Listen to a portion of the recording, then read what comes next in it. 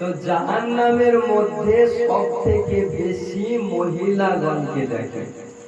তো নবী আমার হযরত আলী মুর্তজা ফাতেমাতুজ জাহরা রাদিয়াল্লাহু তাআলা আনহুমা নবীর সঙ্গে সাক্ষাৎ করতে গেলেন।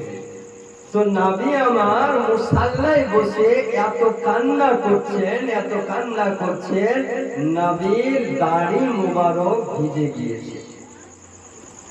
তো হযরত শেরে খোদা মুশকিলে কুশা হায়দারে কাররার আলী জিজ্ঞাসা করেন, ইয়া রাসূলুল্লাহ, ইয়া হাবিবাল্লাহ, আপনি কান্না কেন করতেছেন?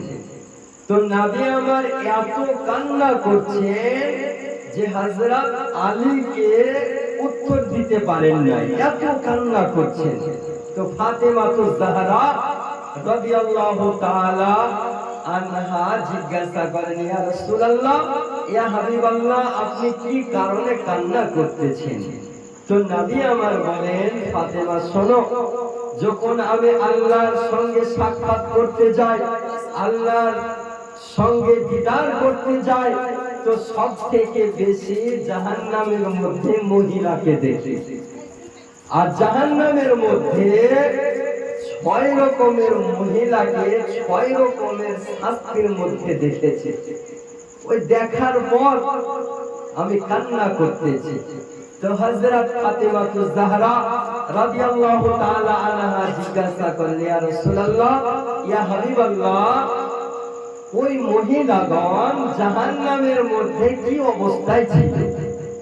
তো নবী আমার বলেন, সর্বপ্রথম যখন আমি মহিলাকে একজন দেখি, ওই মহিলার চুলগুলোকে জাহান্নামের তীরে টেনে দেওয়া হয়েছে, আর নিচে জাহান্নামের আগুন দাও দাও করে জ্বলতেছে। আল্লাহু আকবার বলেন। এত ভয়ানক আযাব, এত ভয়ানক শাস্তি তে নবী আমার দর্শন করছে।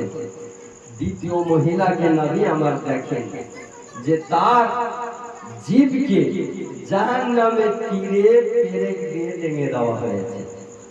এই রকম অবস্থায় তৃতীয় মহিলাকে নবী আমার জাহান্নামে দেখেন এই অবস্থায় যে তার দুই হাতকে জাহান্নামের ওয়ালে, জাহান্নামের দেওয়ালে পেরেক মেরে টেনে দেওয়া হয়েছে। যখন 4 নাম্বার মহিলাকে নবী আমার জাহান্নামে দেখেন এই অবস্থায় যে তার স্তনকে জাহান্নামের তীরে টেনে দিয়েছে।